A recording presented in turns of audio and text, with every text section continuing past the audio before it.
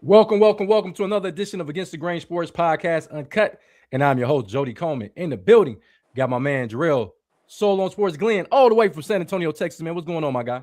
I'm doing great, man. It's almost Friday. It's been busy days of work, a lot of stuff going on, but I'm here to talk sports with my guy, man. What's going on, big dog? Talk to me. Man, I'm good. Hey, as you can see, man, we got our first sponsor. Big shout out to Michael Wright, attorney at law. Hey, if you had an injury or any personal injuries, anything that's law related, call Mike. And as you can see right there at the bottom, you will see his banner pop up there. There you go. Injury, call Mike. I was actually in that commercial that he had. I was actually in a local commercial, man. But if you got, it don't matter where you from. Oh, Mike, wrongful death, personal injury, car crash, medical. You call Mike, and he is our first sponsor on Against the Grain Sports, and many, many more to come. What's up, Kathy? Kathy in the building. Got my man King Minks in the building. What's good? What's good? Joey Carr, he said, what's up to the fellas? What's good? Everybody out there in the world of sports and Against the Grain Sport. My man Eagles Philly in the bench said, good evening, good brothers. Keep doing your thing. Stay safe and stay blessed. Absolutely. We talked about your 76ers. So it's crazy. Appreciate you, Kathy. No doubt. Hey, the NFL schedules will be out at 8 o'clock, but guess already schedule. I already got it. I got the Cleveland Browns schedule right now. We'll talk about some of that, and then we'll talk about after we talk about these schedules, we'll talk about the NBA playoffs. Very surprising situation with between Detroit and Cleveland. I didn't think it was going to be like that. So, but right now it looks like the Cleveland Cavaliers had an upper head. But let's talk about the schedule about to be released at 8 o'clock officially. But I have the Cleveland Browns schedule right here. You see, I got the hat on. So I got the Cleveland Browns schedule in week 1, according to the schedule that was leaked. The Cleveland Browns open the season with the Jacksonville Jaguars on the road. What do you think about that for Cleveland, not knowing who their quarterback is going to be? What do you think about that going on the road in that first game? Well, Jacksonville's a playoff team from last year. They still have a lot to prove. They were a wild card team, but I'm not mistaken, Jody. Did they win that division last year, Jacksonville? Okay, I'm trying to think if they won their division, but I know they hosted a playoff game last year and they lost. Jacksonville actually won it. They won the division. They won. Houston. Yeah, Houston was a wild card. You're right. They won the division. They got a lot to prove because they got embarrassed in the playoff game. So, but Cleveland, you know, Cleveland's gonna show up with the defense. The defense is gonna be there no matter what. Once they figure out this whole quarterback drama that's going to go on this training camp, we already know that there's going to be a quarterback battle. See if Shador can get that job away from veteran Deshaun Watson. Interesting. That's going to be one of the big things in the training camp to see what's going to happen. But I'm looking forward to that football game. It's going to be a great game. You never know, man. It's not going to happen between now and then, but I think Cleveland can definitely give Jacksonville a good game because they still had a lot to prove as well. They're not some great perennial playoff team yet, so you can definitely beat them. Yeah. See, the last time the Browns played, last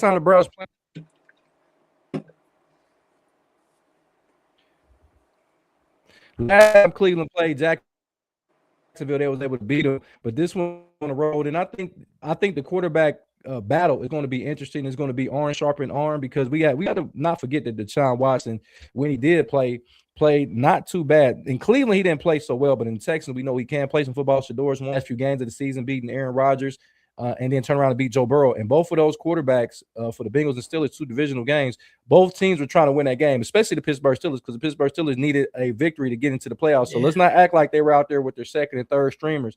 The Browns literally beat those guys, and the Bengals too in the last game of the season. The Bengals played all their starters: Joe Burrow, Jamar Chase, Higgins, Chase Brown. Everybody played, and Cleveland still came up victorious. Actually, Deshaun Watson, not Deshaun Watson, but Shador Sanders, last time on the field, he led a game-winning field goal drive.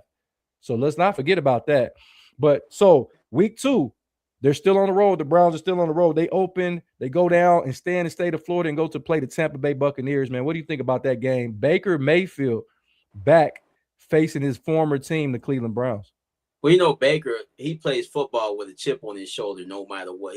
He has the attitude. He always has something to prove. He's always underrated. And he's looking forward to this game. Like you said, playing against his old team. He thinks they did him wrong. So he's gonna go out there and try to show out. But you know, Baker, there's no in between with Baker Mayfield. He's gonna be really good or he's gonna be bad. So we'll see what Baker Mayfield shows up down there in week 2. That should be another interesting football game.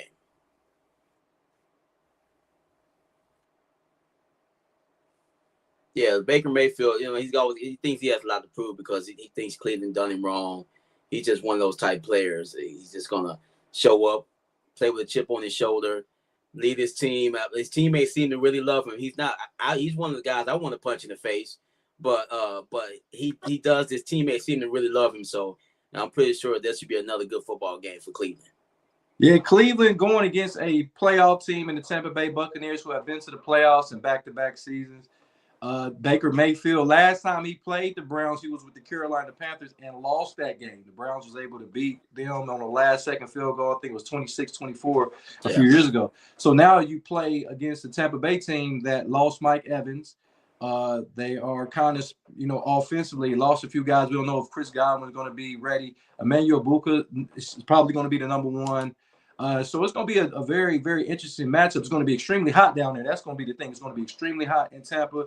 So I can't wait to see the way that Baker Mayfield sometimes presses the ball downfield, like you said, when he plays with that chip on his shoulder. He's going to have always against the Browns, he's going to have a definite chip on his shoulder. So that's going to be a very interesting game. But those are 2 games that I think Cleveland can take over the crowd because, Jacksonville don't have a strong fan base. If they're not playing good football, anybody can get tickets to their games.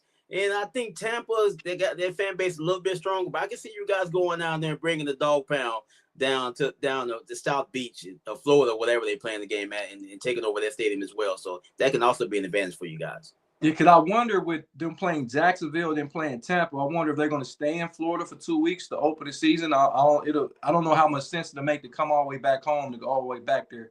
I'm not sure how that's going to go.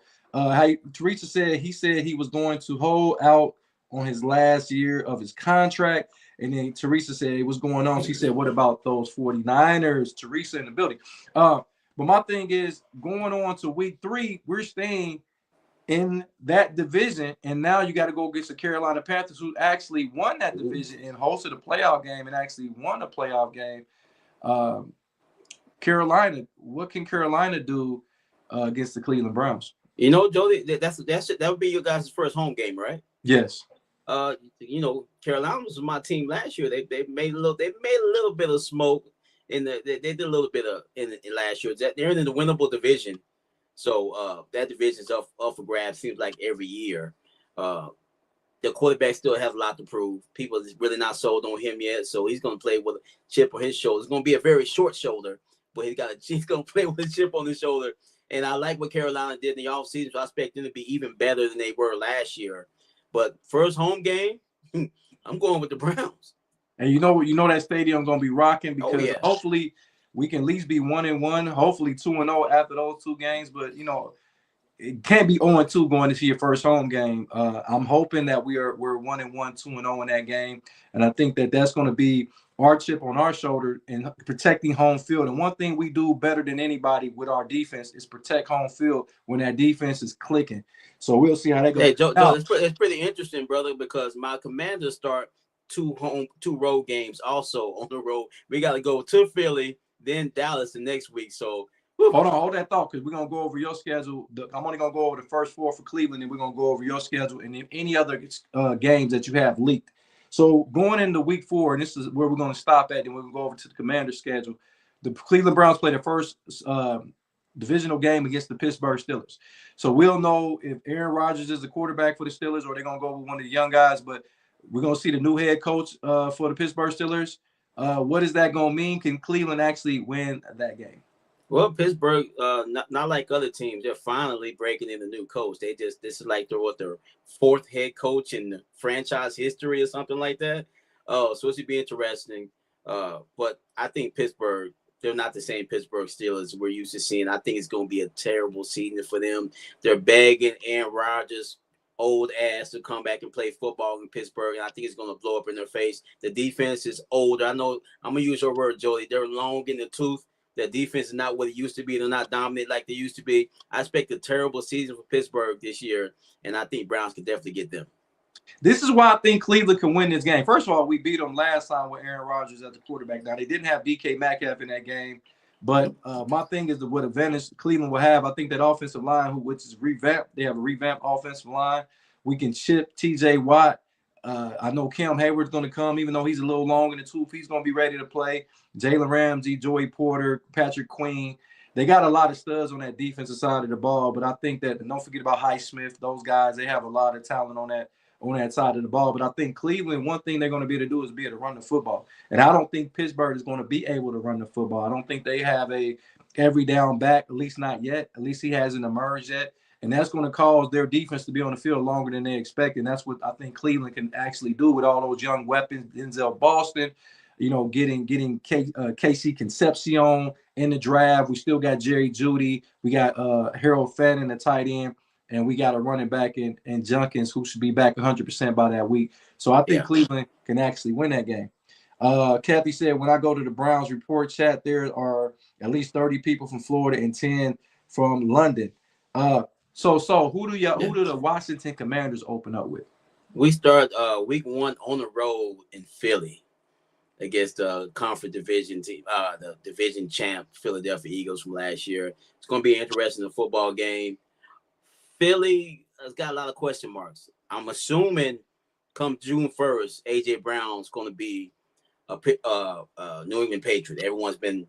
That's the rumor that's been going on forever. So I don't think he's going to be there. So they got to fill that spot for who's going to be the number 1 there. They got plenty of weapons on that offense. They're breaking a new offensive coordinator. It seems like every year they're breaking a new offensive coordinator. They're doing that. Their defense should be okay. They lost some of their deep starters on defense, but I think it's going to be a down year for Philly this year. So of course, I'm optimistic right now because we're undefeated. So I definitely think we can go up in Philly and take that win on the road. Donald, my nephew, what's up? Donald Diversity Youth. He said the Tampa Bay Buccaneers have the Bengals week 1 in Cincinnati. So they go play the Bengals and then turn around and play the Browns, 2 divisional opponents in their first 2 games. So that's going to be quite interesting. What I see about this game with the Washington Commanders, with the Eagles, man, the Eagles just reload. They don't rebuild, they reload. I think getting AJ Brown out of town may be a good omen for those guys, because now you ain't got all that pandering in the locker room and going with the media and all this backstabbing talk, because I think it's a complete another bullshit. I think he should have got traded last year or shut the fuck up, and he didn't do either one of them last year. And I think with him being gone and Devontae Smith being the number 1, I think he has that ability. And then you got Malachi Lemon, which they got in the draft. I told you, this guy is one of the best wide receivers in the draft. He's going to come in. He's not going to be crying right away. You can't be a diva as a rookie. So I think that he, at least the first couple of years, he'll shut the hell up. And that's what Philly needs, players to shut the fuck up. They won a Super Bowl. Go back to what works, and that's going to Saquon Barkley, running the ball with the read option with Jalen Hurts. And I think playing good, sound defense. They did pick up Tariq Woollens, the defensive back. That's going to help them. So they got 3 studs at the cornerback position on. So it's going to be really hard to throw the ball on them. Now, on the Washington Commanders side of the ball, it's a lot to be proven. And the reason why I say that is because Jalen, your quarterback, JD5, first game, Daniel's first year played fantastic. But year 2, He didn't play. I know he was battling injuries, but even when he played, he wasn't dynamic like he was in his rookie year, and that scares me. So, how does he navigate that? That really scares me in year two. The sophomore slump was real for him last year, and he stayed injured. It scares me. I hate to say this kid's gonna be the next RG3. God damn it! I hope I'm wrong. I hope he can stay healthy and be our franchise quarterback for the next 10 years. But last year, man, it's like one injury after another. Hopefully, that's just a one-off season. It was a terrible season for the defense. Everyone was hurt last year, so hopefully, that's just something we can look back on later on. So, man, remember that second year he was hurt all the time? Hope he can stay healthy. They're also breaking in a new offensive coordinator. So they're breaking in a brand new defense. They had to get about 7 new starters on defense. New defensive coordinator they just brought over from Minnesota. So they've upgraded that also. So a lot of optimism going on in DC right now. A lot of pressure on JD5 and the head coach. Because you know how it is. When you don't win, they start questioning you, especially when you're a black quarterback. So he better get it done this year, or they'll talk about bringing in somebody else in. That's just the way it is. Well, let's talk about the elephant in the room. We talking about the Washington Commanders. I know we talked about JD5 being out the lineup, but it was more pressing things, and that was on the defense side of the ball where he couldn't stop anybody defensively. Bobby Wagner, I believe, is still with the Commanders. No, he's gone. He's gone. So yeah. I can. Did he go back to Seattle? No one signed him yet, Jody. I think I would love to see him go back to Seattle and retire as a Seattle Seahawk, where he won the Super Bowl. He's going to be a first ballot Hall of Famer. Oh yeah. But that was some of the things they do bring in. Ohio State rookie Sonny Styles, and I think he can come in and be a younger version of Bobby Wagner, but he has to be able to cover tight ends. That's what y'all got killed. Tight ends murdered y'all across the middle, one-on-one coverages. You got to get more pressure on the quarterback. Let's see all those defensive ends that y'all brought in. Let's see if that paid dividends. Who y'all got in week 2? Week 2, we traveled to Dallas and play the Dallas Cowboys in Cowboy Stadium week 2. It's going to be another interesting team. A game Dallas, you know, their offense was on fire last year. They had possibly the best offense in the NFL last year, but then the worst defense. So they didn't get that good balance. So Dallas beefed up their defense in the offseason. They went heavy defense in the draft. Free agency, they picked up some good players on defense. So I expect Dallas's defense to be the same. The offense, everyone's expecting it's going to be just like it was last year, but you never know year to year what's going to happen. Players get hurt. There's a lot going on. Their offense line was a little bit shaky last year, but that offense was on fire last year. If they can run that back this season, they're going to be a problem. I know people say that every year, but if they stay healthy, I think they could be a big problem in the NFC. So I think it's going to be a great football game. Teresa said Netflix, they're expanding their football coverage so they can get people to watch the games in Australia and Mexico.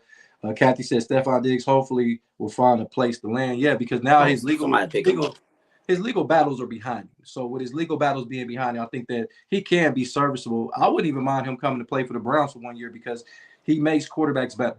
I mean, he's done it all throughout his career, whether you like it or not. Stephon Diggs is a guy, not a Pro Bowler, but he's a very, very top 10 wide receiver when he's playing at his best. But he's gonna need to keep playing. That child support ain't gonna check. They're gonna still want that child support. So he gotta keep bringing in some checks. That's for damn sure. So we talk about the Cowboys and Commanders. Yeah, you were right about the Cowboys beefing up their defense, and the key piece, and it was Caleb Downs being drafted, being able to bring a guy in that caliber. I felt like pound for pound probably might have been the best player in the NFL draft this year. And then they got Quentin Williams, who was one of the top 3 defensive tackles, and he showed it playing magnificent football coming over from the Jets. And I think that those 2 pieces right there alone on the front end and in the back end, and they go get Gary, the edge rusher from the Green Bay Packers. They drafted some edge rushers. I think that the Dallas Cowboys, this may be the best team the Cowboys have in situational wise they've had in some time where they can actually make some noise because the NFC has a lot of good teams. We'll talk about the other teams in the NFC, the Rams, of course, your Commanders, the Eagles, the Bears, Green Bay, you know, just to name. Detroit's still really good. There's a lot of good teams. Seattle, of course, the Super Bowl winning team, and the 49ers, you know. So the NFC, it has some good teams, but I think the Cowboys are just as good as those teams. And I'm gonna hate to say this, if I'm being a fan or a not a fan of the game, but actually analyzing the game, I think the Commanders are gonna start the season on 2. I don't think they can beat Philly or Dallas early on. But that doesn't mean that Washington Commanders can't be a playoff team. Who y'all got in week 3? I don't know, Joe. I got to look the schedule up again. I don't think I knew about those first two. But So, man, when we talk about division games, it's always weird. You just never know. Just like you guys can dominate teams in your division, and then you can't beat the other ones. Division games are always weird. For some reason, Dallas has our number. We can't beat Dallas, but we can beat Philly, the Giants. For some reason, we cannot beat. Even when Dallas is not good, we can't beat Dallas. I don't know what it is, but we normally play Philly pretty well. Even when they're good, we beat them. I don't know what it is. It's just weird division games. You play them so often, I guess you get used to the tendencies and whatever. But Philly's gonna be kind of a brand new team. They're gonna have a lot of changes on their team as well. It's gonna be interesting to see what happens. but long as the quarterback is there, I think the Philly is gonna be fine. You think so? Yeah, I think Jalen Hurts. I don't know why people. I like Jalen Hurts, but everybody keeps talking like Jalen Hurts. Jalen Hurts is this and Jalen Hurts is that. Jalen Hurts don't do shit but win. He don't do shit but fucking win. Ain't that the obstacle of fucking playing the game? Is the fucking win a game? It's to win a game. Teresa said we got a lot of good players this year, but she's gonna miss Julian Jennings. He went over to the Minnesota Vikings. He got to play us when they play the 49ers. We got Ashley. What's up, Light Bright? She said hello to Against the Grain Sports. She always brighten up the show when she drops in and gives a comment. I wish she would comment more, but who am I? But I do have the Browns. I do have the Browns schedule right here. Let's do it. Let's get it. Week 5, the Browns get an opportunity to get some revenge against the New York Jets. Okay. They lost a game. That's a game that if they win that game, in a lot of those close games, Cleveland should have won, but they didn't. Give credit to the Jets, who only had 52 yards passing in that game, and we still lost.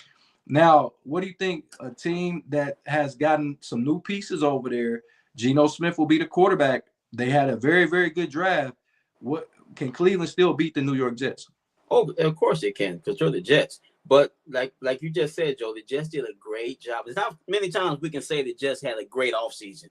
It's like they made a lot of smart decisions, but there was only one decision everyone's concerned about is how's the quarterback going to play. Mm-hmm. That's what everyone wants to talk about. What Geno was going to show up. Now, that gave him some weapons. They already had a good wide receiver, and they picked up some players, a good tight end. I know you like tight ends. Picked up a nice tight end in the draft. Nice. You gave a nice tight end. Man. And they also have another tight end that you're trying to get in their family. Joy Taylor's nephew plays for the Jets also, so you might want to get you a Jets jersey that says Taylor on the back. That brownie points go a long way in this relationship thing. If sometimes you gotta.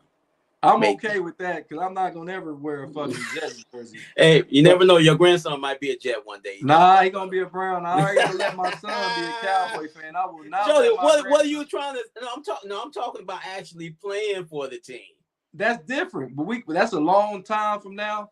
But right now, I failed as a father, and my son ended up being a Cowboy fan, so I failed as a father, but I won't fail as a grandfather, and my damn grandson will be a Cleveland Brown fan. There you go. Even though he's living in Detroit, he's going to be a Brown fan, and I'm going to take him to some games. Also, I wonder if my son watch it because I'm going to surprise him for his birthday, and whoever the Cowboys is playing, his birthday is October 18th. Once they get this schedule, actually today, I'm going to go see what game is close by his birthday, and I'm going to sneak down there and take him to a Cowboy game. Oh, yeah, I like that. Kenny Mink said, my 49ers play the Washington Presidents, a.k.a. the Team Viagra. That's crazy. Teresa said, we got to play Seattle twice. I can't wait to whoop their ass. They whooped y'all. They did whoop Joel Lewis' ass. They beat the fuck out of y'all last year. But yeah, man, it's always a way that you can get back. And I'm talking. They were pretty beat up last year too when they played them in that playoff game. But they did jump on them real quick though. I tell you what. But what the Jets did too that I was very impressed with, and actually the release of the schedule will be in 3 minutes. So if you get the schedules, let me know some of the key games as we go. But one of the things is the Jets went and got Mika Fitzpatrick. People forget that the Jets went and made that move and got from a division rival, the Miami Dolphins. That's going to solidify that back end, a defense that had 0 interceptions. How do you go a whole season? That means you must have been one of the lowest teams in turnovers and causing turnovers in the league. And I think if Cleveland can protect the football, which I think they will with Shadors or Deshaun Watson, I think the Cleveland Browns can actually get some get back. And I believe this game is in Cleveland. Last time we played in New York, Cleveland just plays so much better when they playing in the dog pound. Well, a new version of the dog pound. Kathy said, look, don't feel bad. One brother was a Dolphins fan and the other brother was a Rams fan. My oldest brother is a Bears fan. My older sister is a Washington Commander fan.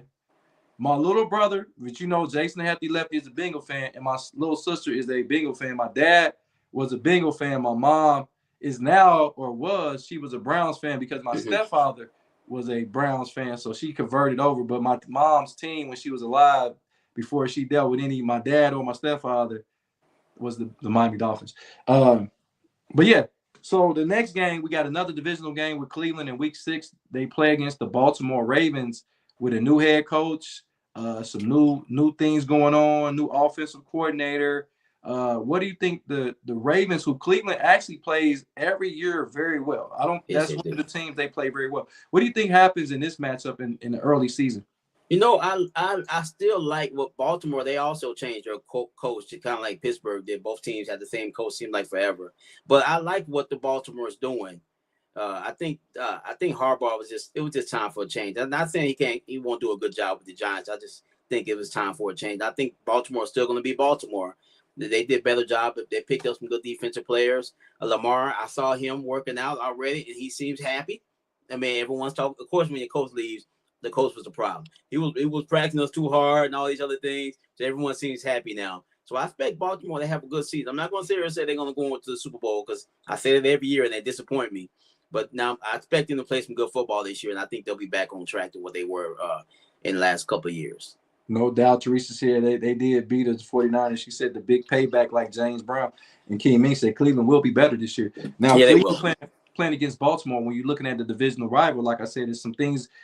Todd Monken, who is now our head coach, can give us some pointers on how to stop Lamar Jackson and somehow contain the Baltimore Ravens offense. Now, the one thing I think Cleveland will have the advantage is Derrick Henry still got sticky fingers, butterfingers. He cannot keep his hands on the football. So hopefully we can cause him to fumble the ball. And we normally play Derrick Henry very, very well. You remember last year, the year before last, when Delpert hit Derrick Henry and he put his hand down like he was small. Yeah. He leveled Derrick Henry. So we do have some success against Derrick Henry. It's almost like a mano when we play Derrick Henry.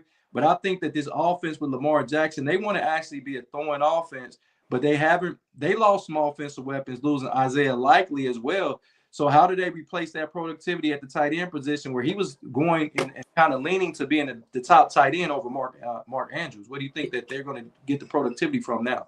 Maybe their offense is going to be a little bit different. Like you said, Mark Andrews, he missed a lot of time lately, the last couple of years, and Isaiah Likely was picking up his slack. So maybe they're not going to really be so tight end heavy because they always have been in Harbaugh's offense. Maybe this guy's going to run their offense a little bit different. Maybe they're going to throw the ball more to the wide receivers, and hopefully the wide receivers can actually catch the ball. That's been one of the problems with Baltimore. Their offense. I think the wide receivers, you throw Lamar, hit them in their hands, and they drop it. So that'd be big for them. But maybe this is not going to be a tight end heavy team. They're going to run the football. Hopefully, Lamar's not running the ball a lot. I love Lamar Jackson. I'm not saying he shouldn't use his legs, but I don't want him to be running the football every single play because that's how you get these really season-ending injuries when you run the ball a lot. And he's getting a little bit older. Lamar's been in the league now for maybe. Let me guess, Jody. Maybe about 8 years he's been in the league, maybe a little bit longer than that. A couple of MVPs. So I like him to sit in the pocket a little bit more and move when he has to. I don't want him the whole offense to be based around Lamar Jackson's legs and just hand the ball to Derrick Henry. They could be a little bit more well-rounded, and I think that'll help that Ravens offense be more balanced than what has been the last couple of years. I mean, they're going to be legit. I still think, I like what Baltimore's done in the offseason. I like their defense. I like their new young head coach, and you predicted him going to that team. And I like what they're doing. I think the Ravens are going to be back to being the Ravens for the most part. I mean, there's a lot going on in the NFL. We have all these international games this year. Once my guy Jody gets back, we're going to talk about those. There's so many international games this year. I think more this year than ever. We have games that are in different time zones. I'd like to get my guy Jody's thoughts on, see what he thinks about all these international games. Every year, it seems like we're adding more and more games. It's kind of weird because we don't have as many foreign players in the NFL like they do in the NBA. So when they have games that play in NBA, it seems like it makes more sense because if it's so international players, there's not a lot of international players that play in the NFL. So when they play those games, to me, it always seems a little weird. I know it's all about money. They making lots of money off these games, but and you're taking away home games from your actual fans. So I don't like that part of it either. That's one less home game, that one or two, because some of these teams got 2 or 3 international games. What's your thoughts on that, Jody? I don't like it. I don't like it. I understand that you want to make the game global. I understand that you trying to, but the NFL game is an American type of game. So my thing is, if there's international players that want to play in NFL, they'll find their way over there. It's not like they're not introduced to football. My thing is playing in. I think they were playing a game in Australia, playing a game in London. They're trying to expand the market, but I just don't see where they're going with this, because the game is as global as it needs to be. Now, like you said, basketball is a little different because, basketball has a lot of professional leagues, but there's no other true professional league in football. Remember when they took NFL Europe away? Now they'll have kept NFL Europe over there. I think I would think of it differently. I like NFL Europe. I like that NFL. It was a lot of good football in those games, but when they took that away, and then now we're trying to go play in Mexico and play in Brazil and play in Australia and playing. I don't like it. I know they added another game. I know the 49ers don't like it at all. I think they are really complaining about all the travel that they have to do. We got to understand, they keep talking about player safety. Let me put the camera on me real quick. They always talking about player safety, but then they want to play more games and add the 17th game. You add more time in overtime. Remember back in the day, they used to be ties. They added more time in overtime. They made it where both opportunities, which I think they should, both teams get opportunity to score even after the first possession. That's more time. That's more injuries. And then you add the travel element to it. Nah, man, that's bullshit, brother. I don't think they always talk about that player safety, but that's just smoke and mirrors in my opinion. So when it comes to player safety, that's why I don't like international games, because, a lot of people, when they take those long trips, if you don't have your feet elevated, you can swell up on those planes. If you got injuries going over or coming back. Some of the players don't even take the trip if they have injuries. They don't even take a trip with their team. So that's 2 weeks you're out really without your teammates learning the playbook and going over play. So I don't. I mean, we're starting the season off, Jody, this year with international games. Like you just said, the 49ers coach, he did not seem happy about that. Of course, he's a company man, so he got to toe that line. He can't say too many crazy things, but I mean, I know it's a business, bottom line, with a couple of the boys. So that's why we got games on damn near every day of the week now.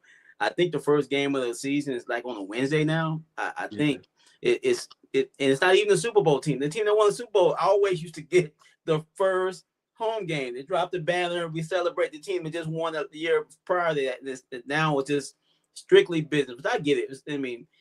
They want to make money, but I don't care if there's this many international games. I think it's too many. Now, this is the thing. You said something about money. Now, the money's going to go to the fucking players. Why do y'all keep complaining? If y'all going to keep doing all these international games and we talk about it's about the money, then start getting all guaranteed contracts like baseball and basketball. Then we can start talking. Then we can start talking about player safety and guys being able to have guaranteed revenue coming in where they can take chances. You probably get a better product on the field if they know they're going to get paid. But now you got guys that you get mad when Deshaun Watson got a guaranteed contract. What are you mad about? Okay, shit didn't work out. But why are you mad because he got guaranteed money? Why y'all mad at Kirk Cousins for getting guaranteed money? Everybody wants guaranteed money. I think football, if you're going to go international and put these games in every place in the world, from Brazil, South America to Australia, I guess Africa need a game sooner or later, European game, China, Asia, then they need the players need to join in with that revenue and start giving guaranteed contracts. If you're going to do that, that's the only way I'm going to be okay with them playing international games. I love the idea. We've spoken this plenty of times on this show. Guaranteed contracts is a great concept. I just think since there are so many players on the roster, if they're going to come to an agreement to have guaranteed contracts, they're probably going to be shorter deals. You say you want guaranteed money, okay, we'll give you guaranteed money for 3 years. Fuck that. So no, I'm just saying, Jody. Fuck that. It should be the same thing. The NBA got guaranteed. But no one, Jody, look at the injury concern with football compared to the other sports. We don't have these. We don't have too many players having these crazy catastrophic injuries in NBA and baseball like we do in football. Football is way more dangerous, and there's so many players on the roster. So give everybody 6-7 year contracts, guaranteed money. I don't know, unless you're gonna have some type of buyout in your contracts. If you get hurt that bad and they don't have to give you all that money, it's just I guess there's ways they can work all of that out. But I'm for guaranteed contracts. I think they just have to be shorter. Yeah, I don't like it. I think that they should be the same length that it is right now, and you just guarantee the money. If you're going to already down there, you first of all, you can pay these players guaranteed money for the fact that you already got TV deals in place. You already got TV deals in place. So if you already got TV deals in place, I mean, you already paid. Netflix is paying, ready to pay out the wazoo for the NFL to be on Netflix. You got Prime. You got what's the other one? Peacock. You got the cock. Everybody want to be on the cock. No, not everybody. Not well. Most people want to be on the cock. But the thing, what I'm saying is, if y'all got these TV deals, just like LeBron James, I know a lot of people don't like LeBron James, but LeBron James made it where those players in the NBA are satisfied financially because he made it where they got the TV deals. You like him, love him, hate him, whatever it is. LeBron James made the NBA what it is financially. So I think they can do the same thing in football. It's already the #1 sport in America. It's already #1 sport. I don't give a fuck what day you put football on. People are going to watch. Remember when COVID hit and games was on Tuesday and Wednesday? People still watched. So it don't matter what day of the week you put football on. Guarantee these players some goddamn contracts. And keep them the same length. And I think that then the international games, to me, would make more sense. Well, get rid of the salary cap then. If you want guaranteed money, just get rid of the fucking salary cap. That way I can pay players as much as I want then. That's bullshit because the NBA got a salary cap. So not really. But they do have a salary cap. So I don't think it matters if they got a salary cap. These motherfuckers can afford it. If you look at the top franchise in all the sports, the Cowboys got the #1 revenue franchise in all the sports. And the Giants are up there revenue-wise. There's a lot of NFL teams that can afford to pay their players. They just fucking don't. Well, I got to spread my money out through 50+ players. It's not like that. It's a big difference, bro. I got to pay 50 people instead of 13 that's on the NBA roster. So we're talking about something completely different. But hold on. Don't the Cowboys, if the Cowboys sold today, they could probably sell for $12 billion. Yes, you're right.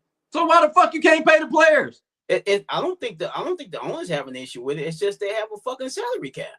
But then that's when you get creative. You get creative, and maybe you don't pay the players as much as you would pay them. But it's always ways. Philadelphia figured this shit out. Philadelphia figured out how to pay everybody. Everybody organization not as smart as Philly. Well, then they need to take a class from the Eagles. Stop. Oh, I agree with you, brother. I'm with you 100%. I like the way the Eagles say. Every year we say, man, how the Eagles sign all these damn players? They know how to structure the contracts in a certain way, but these ain't guaranteed contracts you're talking about, Jody. That would change the game 100%. But they can get them guaranteed contracts. Teresa said the 49ers offered Jennings 17. He did not take it. That 13, I was like, damn, really? And then King Ming said MLB, it works for them. Now, let's talk about that.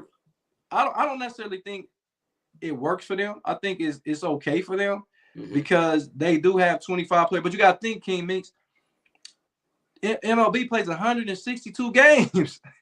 They play 162 games. And if you're the Yankee organization, if you're the Dodger organization, the Mets, the Cubs, teams that sell out their arena down there every game, then that's why the Yankees are able to pay all their players throughout the years because it's hard to get a ticket at Yankee Stadium. Oh yeah.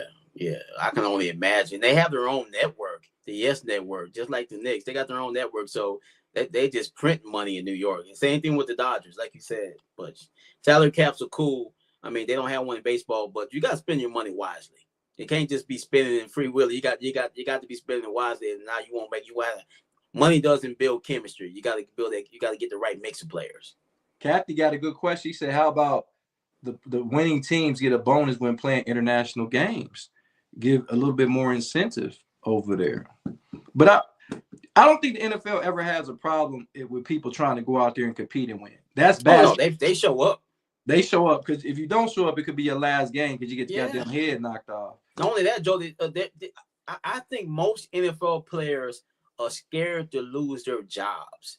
You've seen your favorite quarterback go out there and play with a severely twisted ankle 2 back-to-back games on a short week. When he's fucking Patrick Mahomes, he don't have to do, bro, rest. He goes out there anyway because I think football players are brainwashing to thinking if I don't play, some other dude to come in there and take my job, even though you got 3 or 4 Super Bowls. But I think football players' mentality is completely different from the NBA players. It's absolutely true because I know Drew Brees, when he got hurt, he thought he was gonna get his starting job back when Mo Lewis knocked his head off. And it was a little scrawny little guy named Tom Brady that came in and never relinquished his job. Now, people, let me go ahead and put it out there. People forget that Tom Brady got hurt in one of the AFC Championship games, and Drew Bledsoe had to win that game for them. People forget about that. So Drew Bledsoe did get back into one of those games when Tom Brady got hurt, and then was that the Pittsburgh? Was that the Pittsburgh game, Jody? I think it was. I think it might have been a Pittsburgh game, or I think it was one of the years they went to the Super Bowl though. Yeah, I think it was Pittsburgh. The first year they went to the Super Bowl, if I'm not mistaken, Jody. Because remember he was there for that first Super Bowl. Was he there? Bledsoe was there for that first Super Bowl. I think that was it, and then they got rid of him after that. Yeah. It must have been the Pittsburgh game because that's after they got the tuck rule. Don't get me started on that. The tuck rule, you know what I'm saying? But nevertheless, man.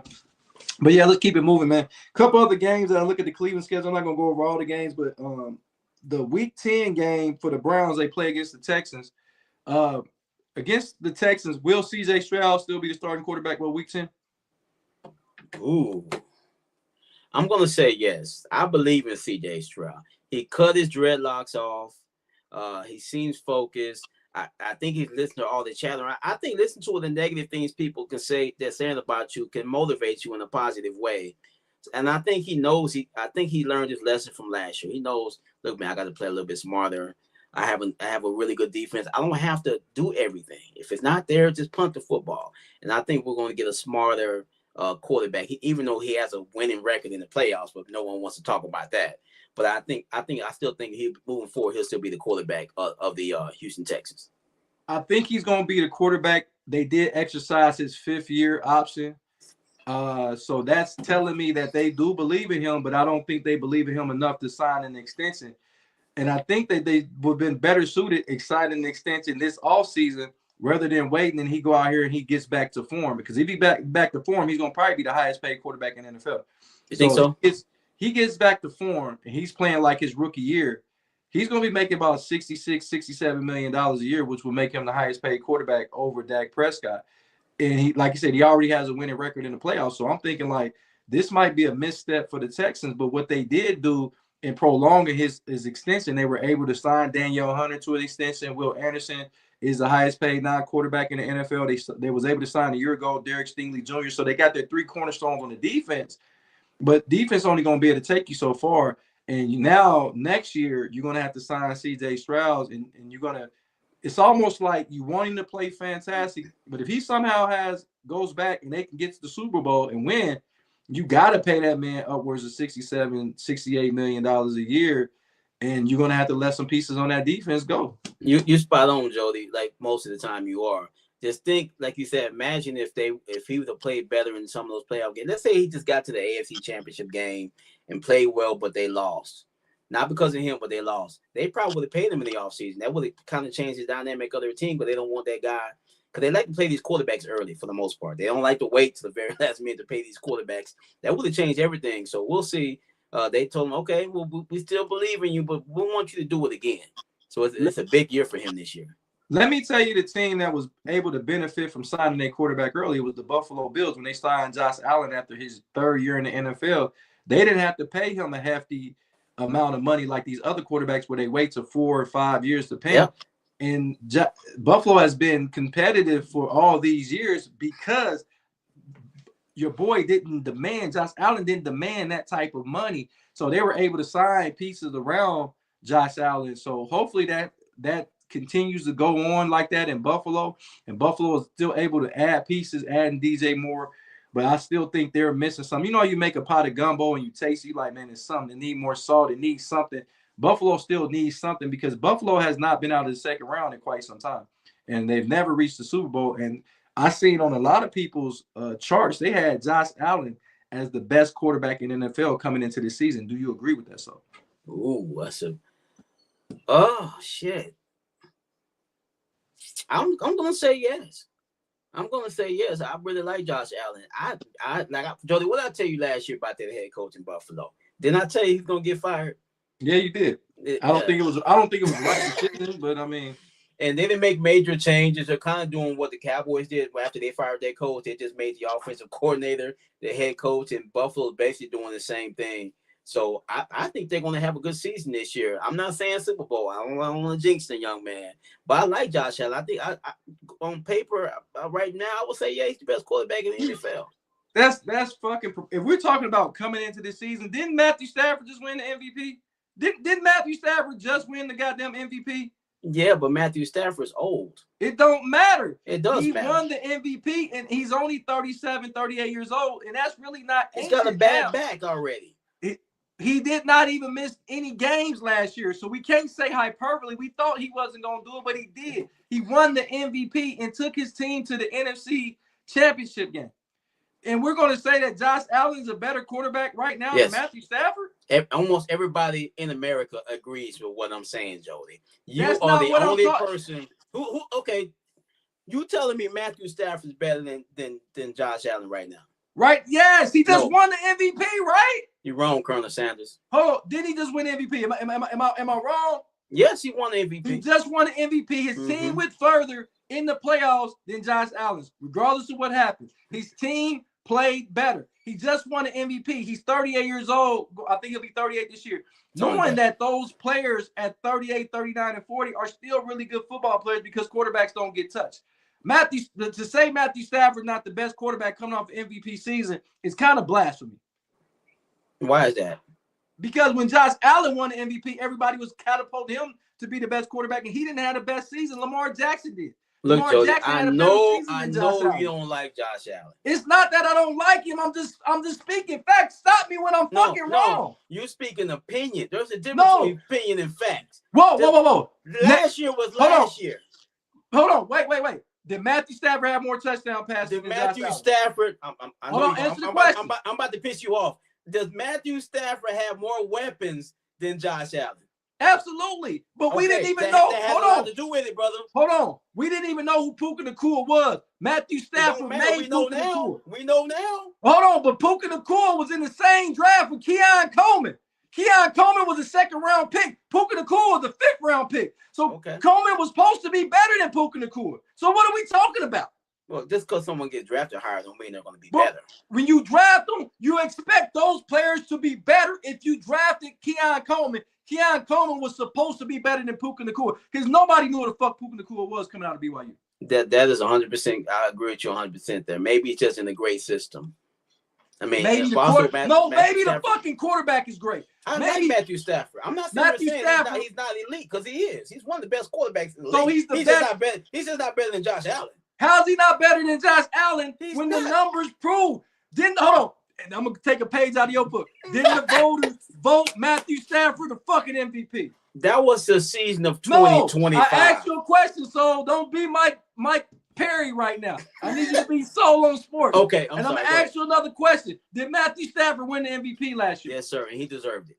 So why is he not going into the season as the best player if he's coming off being the best player? That was last year. Yeah, every year is different. So we don't even know who the best quarterback is if you're going by that knowledge. This is all opinion based. My opinion is Josh Allen's better than Matthew Stafford. And you think Matthew Stafford's better than Josh Allen because of the MVP award. It's just his opinion. My opinion is probably more accurate than yours. We just have a different opinion on this, brother. It's not I'm giving you facts, though. I'm not going with hyperbole. I'm going with actual fucking fact. Now, if Josh Allen would have won the MVP last year, then I would say Josh Allen. Yeah, he got an MVP. He got one of those a couple years ago. Yeah, but that's a couple years ago. I said right now, Matthew Stafford is and then so are you telling me right now that Josh Allen's better than Lamar Jackson? Based off of last year? See, now you want to go last year. Make up your mind what you want to go with, so. Yes, I'm gonna say he's better than Lamar Jackson. No fucking way he's better. And Josh Allen's a top 5 quarterback, but he's not better than Lamar Jackson right now. He's not better than Matthew Stafford. Only way I say he's better than Patrick Mahomes because Patrick Mahomes got hurt. So we got to go with Josh Allen over Patrick Mahomes. Yeah, Mahomes still up there though. But Joe Burrow is right now pound for pound is Josh Allen better than Joe Burrow? Pound for pound. You mean Joel Embiid? No, I'm going pound for pound. No, Joe Burrow's not. Pound for pound is Josh Allen better than Joe Burrow right now? Yes. No, he's more dependable. No. He's more dependable. It ain't about being dependable. I said who's better. You can't help the plug from the tub. If you only gonna give me 8 games, I can't count on you, baby. We play 17 of these things, and you playing 8. I can't count on you. Now give me Josh Allen. How many Super Bowls have Josh Allen been to? That would be a goose egg. How many had Joe Burrow been to? He went to one 6 years ago, and that's more than Josh Allen. Oh, he's been in the league longer than him. That has nothing to do with it, Joe. You know better. It didn't have nothing to do. It didn't have nothing to do. But we skipping. Okay. Right now, the runner-up for the MVP was Drake May. So is Drake May better than Josh Allen? Hell to the no. Yeah. Jolie, you're better than Drake May. Nah, I know that. I was fucking with you on that. So look, is Jalen Hurts better than Josh Allen, knowing that Jalen Hurts has a Super Bowl already? No, he's not. Jalen Hurts is a nice quarterback. I know my wife has a crush on him, but no, he is not better than Josh Allen. I gotta agree. Even though Philadelphia beat the Buffalo Bills, both of the quarterbacks stunk up the place. No, Josh Allen is not better. I mean, Josh Allen is better than Jalen. And I like that. You know, she just walked by me smiling when she heard me say Jalen Hurts. Ain't that some shit? That's so disrespectful. But real quick. So the NFL portion of Against Grain Sports is brought to you by Michael Wright, attorney at law. If you have a wrongful death or personal injury, get with Mike. Just call Mike, and the number's right there. Like I said, that guy get you together. No matter where you are in the world, call Mike because he's an international lawyer. Call Mike. Just want to make sure he's our sponsor for Against the Grain Sports. So I want to make sure that we talk about him throughout the show. But yeah, man. So we're talking quarterbacks now. We're going back to running backs. Last year, the best running back in football was probably what we say Jonathan Taylor, perhaps, or maybe Jahmyr Gibbs. A lot of people say Bijan Robinson. Is there a running back potentially this year that could sneak up and be the best running back in football? Ooh, that's a great question. Can Saquon get back to form he was 2 years ago? Because he had a very average year for Saquon last year. For my money, Jody, I'm going Jahmyr Gibbs. That guy, and he don't have to split carries this year. He's gonna be a dog. I'm going Jahmyr Gibbs, best running back in the league this year. I'm gonna agree with you because they did. Montgomery did go on. He's over with the Houston Texans. So Teresa said she got a crush on Hurts too. So that's crazy work. Anyway, everybody got a goddamn crush on Jalen Hurts. Shit, I got a crush on him. Shit, okay. except for the fan base. I got a crush on Jalen Hurts. I can't even look Jalen Hurts in the eye. But no, the thing about it though, man, I got to go with Jahmyr Gibbs because he comes with the best versatility, and he's going to get more carries. Now he does have Pacheco over there, the former Kansas City running back, but he's not going to demand the ball. And plus, people sleep on Jahmyr Gibbs being a very good blocker. Yeah. So that means he can stay on the field all 3 possessions. But we can't forget about Bijan Robinson, though, can we? So no, we can't. He's the league. He's a former Longhorn, so I'm always going to show love to him. But with the Atlanta, they haven't been using that kid correctly. He hadn't get the amount of touches that he needs. I think he'll get that this year because they also got rid of his running mate. He left there. I want to say he left. He went to the Cardinals. Cardinals, yeah. Yeah. So he's also up there. I think he's going to be very good. He's got the potential to be the best running back in the league if Atlanta uses him the proper way. Kathy said, "What about Junkins? He can do it." Kathy said, "Not for me. Her crush is Myles Garrett and Dan Fouts. She like a little soft." Wow, that's completely two different. That's 2 different ones. That's crazy work. But no, so I got another question for you. Jeremiah Love was the first running back selected, the highest running back selected, I believe, since Saquon Barkley was a number 2 selection to the Giants a few years ago. Can Jeremiah Love be 1,000-yard running back in year one? Oh, most definitely, man. The kid's got more talent. He's got tons of talent. He's one of the best running backs come out of the draft since probably Saquon did a few years ago from Penn State. So he's got the talent. People like say, "Oh, they drafted him high, man." But if he plays well and he puts up numbers, ready, even if they're losing football games, the criticism will go away for that. So I definitely think he can easily get 1,000 yards this year. Yeah, I think he gets 1,000 yards because Ashton Jeanty was very close to getting 1,000 yards with a horrible offensive line. I think in year two he'll be a lot better. We can't forget about Derrick Henry, Jonathan Taylor, just to name some of the running backs. And we got to get some love to James Cook. James Cook had, I believe, 16 rushing touchdowns. So let's see what that happens. There's a lot of good running backs in the league. There's one other Jody I'm thinking about right now. Just crossed my mind is the running back for the Dolphins, A-Chain. A-Chain, am I saying that right? Yeah, A-Chain. He just got a new contract extension. He's the number one weapon on that team now because they got rid of everybody else. So look for A-Chain to go number one. A lot of people's fantasy drafts. He's gonna get a lot of touches this year. I'm gonna tell you a running back that we need to pay attention to, and that's Hampton out there with the Chargers. They will have their two tackles back, Rashard Slater and John Alt, so that should help them. And once again, we know that Jim Harbaugh likes to run the football, so yes, that's sir, 100% correct on that. This will be very interesting. So now let's move over to the wide receiver position. And is Jamar Chase still the best wide receiver in football? Ooh, I'm gonna say yes. Yeah, I think he's the best wide receiver in the league. So you don't think Puka Nacua has creeped up there? Justin Jefferson.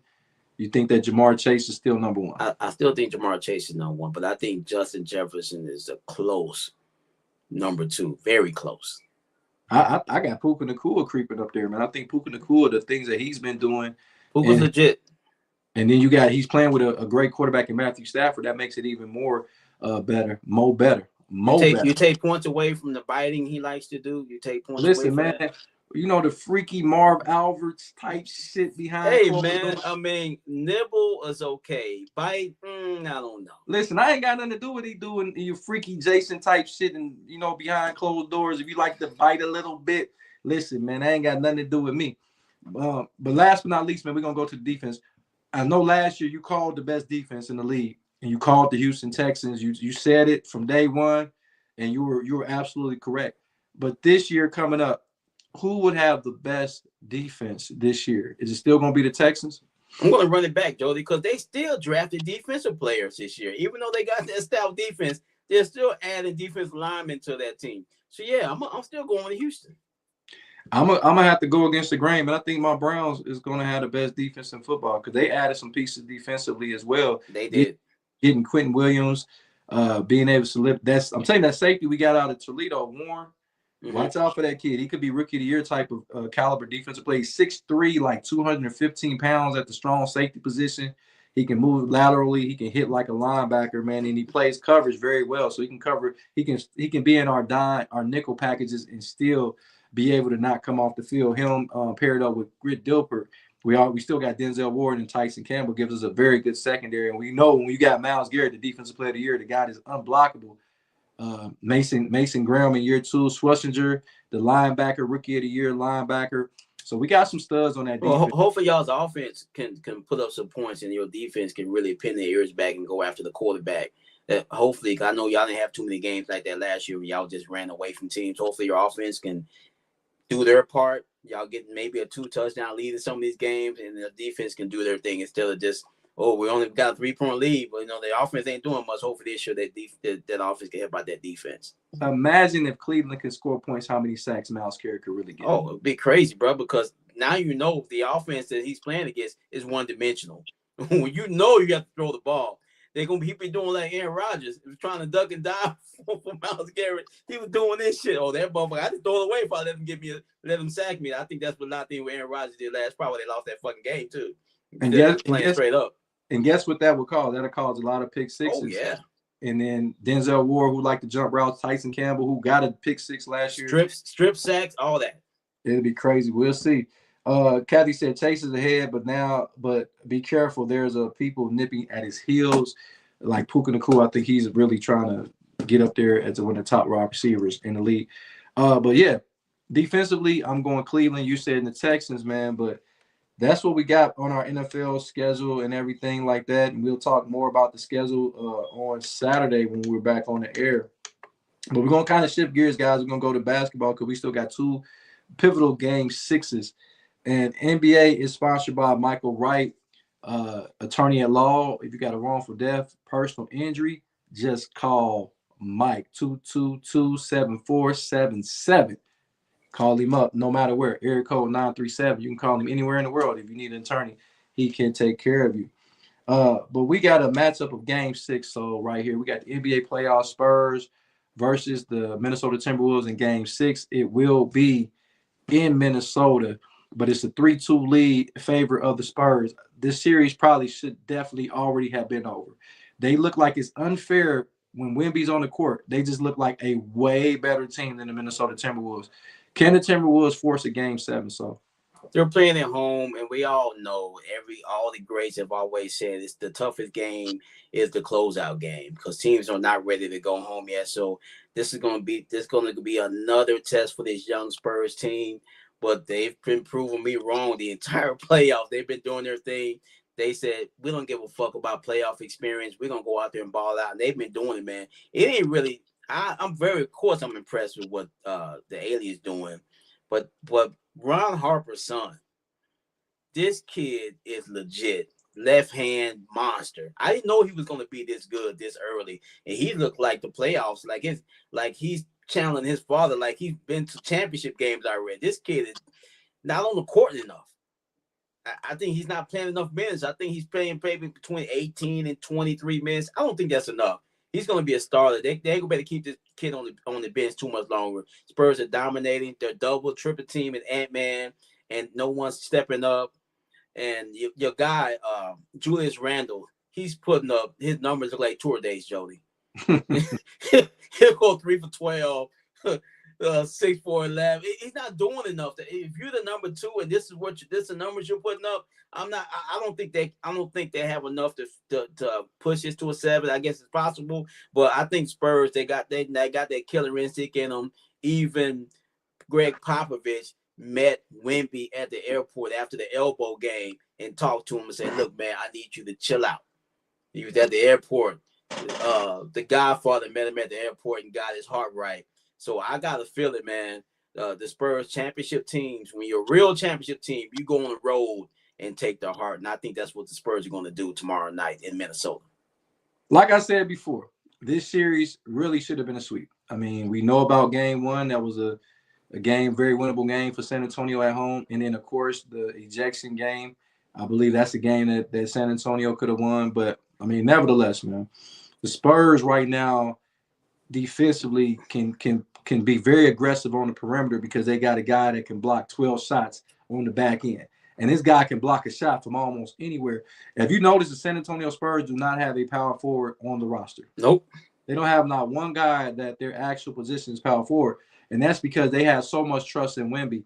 So now they're able to run a 4 wide. Everybody on the court can shoot the ball. Champezi is a very underrated shooter. This guy is one of the marksmen of the NBA. De'Aaron Fox can knock down the 3. Like you said, Dylan Harper come off the bench. He can hit the 3. Harrison Barnes can hit the 3 if necessary. People keep leaving Castle open, but Castle's shooting over 45% from the three-point line. And they keep leaving Castle open because guess what on the scouting report when he got drafted is that he couldn't shoot. But he's knocking 3s down. Have you seen a lot of times Minnesota end up with Rudy Gobert checking Castle because they say that he's the weakest link offensively from the perimeter and he's been knocking down 3 after 3. That's bad coaching. My thing is stop letting Castle shoot the ball. Make Castle put the ball on the court, on the floor.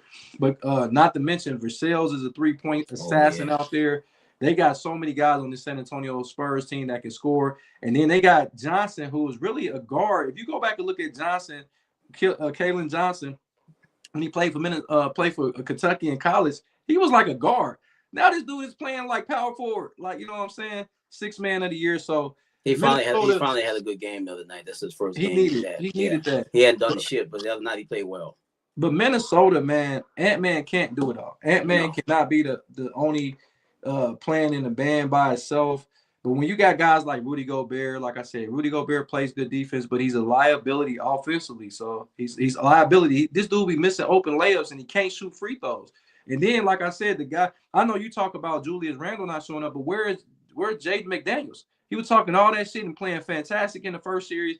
Remember the closeout game? He had 32 points and 10 rebounds. Where is that Jaden McDaniels at? Well, the Spurs have tons of defenders that can guard anybody on the perimeter. So it's not playing the Denver Nuggets of bad defense. The Spurs play outstanding defense, and I think they need to go ahead and bench Rudy. I'm sorry.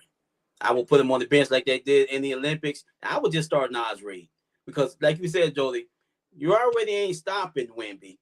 So no one on the roster can stop this motherfucker. The least I can do is combat what he does on the other end and score somebody out there that can score the ball. Because we all know Rudy, he get the ball in the paint. It's like it's got Diddy baby oil on it. He can't grab the ball in the paint and he gets his shots blocked by 6'5" guys. It's like embarrassing. Take him out. Take his ass out of the game. Hey, Kathy said Ant-Man. She said, I hope loses for the crap he said about Larry Joe Bird. Hey, so I was playing high school my senior year. So we were playing against a school called Alter. Alter used to get exchange students from overseas. So they would get 7-footers that come over here from overseas. And this dude was the weakest 7-footer I've ever seen in my life. So, but being tall, you're like, wow, this guy got to be some good. This dude shot the ball under the backboard. But I said that to say this. So he goes and he tries to do a layup, and I came out of nowhere and blocked this shot. Like, when I say the crowd went crazy, it wasn't that I was just outstanding shot blocker. He was playing like he didn't even care. Like, he just threw it up like underhanded, and I blocked it. He was 7 foot. But I thought that was interesting to see. They see all those exchange students over from Alter, where I'm from in Dayton, Ohio. But yeah, man, I think San Antonio wins this game and calls it. It's because right now it seems like Oklahoma City hasn't played a game in like 2 months. And Oklahoma City is doing nothing but getting healthy. That's the championship. I hate to say it, no disrespect to the Eastern Conference, but the championship, if San Antonio is able to win this series, the championship is going to be between the Spurs and OKC. If they're able to win one more game, they got 2 tries to get 1 win. But I got San Antonio closing out in 6 on the road. So who you got? Oh, I'm going Spurs on the road in Minnesota, man. And I'm gonna say one more thing before we jump in this game, Jody. The Spurs have a better roster. Listen to me, than Oklahoma City. I think their roster is deeper, and I think they have more talent on that roster than Oklahoma City does, and that's saying a lot. I don't know about that, and I don't know, bro. The reason why the only weakness the Spurs have, like you said it already, is power forward. But other than that, they got everything else, bro. Okay, let's before we move on, let's play a game then. So if we talk about the best player, SGA is the first player. So he's the best player between the two teams. And then the second one is closest Wemby, right? Yeah. Okay, so now it gets interesting. So who will be the third best player between the two teams? Dylan Harper. You think Dylan Harper is that good? Bro, Dylan Harper is the second best player on the Spurs roster. So you think he's better than Chet? You think he's better than Chet? Chet is inconsistent, and he's gonna be guarding Wemby. He's probably gonna be in fucking foul trouble because Wemby don't like this dude, so he's gonna try to embarrass him. So that's gonna be a problem for Chet. So he's better than Jalen Williams, a healthy. We don't know. We don't know. I'm saying I'm not talking about I'm talking about if healthy. Is he better than Jalen? We talking about rosters. Like, so you said Dylan Harper is always. I'm telling you, Jody, this kid. I know you watching it too. This kid I'm so impressed with him, and I don't like the Spurs. I don't hate them. They're not my team. I don't hate them. No, I hate the Lakers. I give you that. I hate the Lakers. But I don't hate the Spurs. I've always respected the Spurs because they've always done things in a classy way, and they've never, they cheated to get this or that. Besides the tanky thing, but they never got calls in certain games. I've always respected the Spurs, and I live here, and the fans kind of get on my nerve a little bit, but I've always had much respect for the organization. But this kid is the truth, man. They got it right with this guy. I like Dylan Harper. I would not yet put him up that high. I still believe that the third best player in the series is probably Chet or Jalen Williams. Either one of those guys. We still got to look at a guy like De'Aaron Fox. De'Aaron Fox is a very, very good player. But when you get down to the bottom of the roster, that's where I think Oklahoma City has San Antonio. I think when you have guys at the bottom of the roster like AJ Mitchell and Wiggins and Isaiah Joe, Lou Dort, you got Alex Caruso, Isaiah Hartenstein, however you want to pronounce it. You got Case and Wallace. I mean, you gotta. I mentioned Wiggins. They got Wiggins coming off the bench. I don't know, man. It's when you get that, you can go that deep on a roster, man. And it's literally everybody that plays for those guys are really, really good for Oklahoma City. Everybody. The Spurs, that every player they've played so far in the playoffs has been playing extremely well. Also, I mean, so I don't know, man. It's gonna be. I'm looking forward to that. I think they say if the Spurs win tomorrow, game 1 is Monday, if I'm not mistaken. Hold that thought, because we're gonna get to that in just a minute. Let's go to the next game right here that we got, and we got another game 6. And this game 6 is gonna be quite interesting because it's in the Eastern Conference, and the team that's favored in this series right now is the Cleveland Cavaliers. And your boy James Harden said, "Get off my fucking back. Get off my back. I can play basketball." I think he dropped 30 and 8. If I'm not mistaken. He had a great game. And Cunningham, everybody was complaining about that last call where he was tripped, where Jenkins was tripped by Allen, and they let it go. The referees kind of let that play go. They go into overtime. I really don't have any excuses for Detroit Pistons because you had a 9-point lead with under 3 minutes to go. That's where you don't have another player opposite of Cade Cunningham. That's where you didn't even play Jalen Durham none in the fourth quarter. Where was he at? And he didn't play in overtime. So talk to me, man. Can Cleveland really, really, really close the Detroit Pistons out at home in game 6? Oh, most definitely, man. Cleveland, this is over. It's over. Cleveland is going to finish these guys in Cleveland tomorrow. It's going to be over for them. Detroit just don't have enough offense. We've been saying that all season. I'm impressed they actually got to a 1 seed to this point. He's done it. I like the head coach, Bickerstaff, has done a great job with that roster, but they need more talent.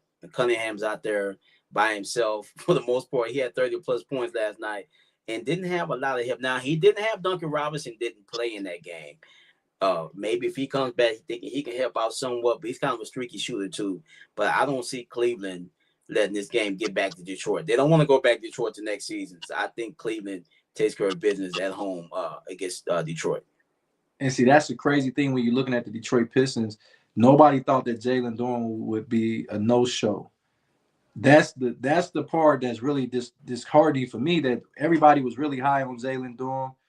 And Cade Cunningham is out there playing lights out basketball. The kid Jenkins come off the bench. He plays well. But we all say on Against the Grain Sports and everybody out there in the sports world, you cannot depend on Tobias Harris. He did what he – no, and I'm not saying in a bad way. Tobias Harris had done what he needed to do. He had a good game.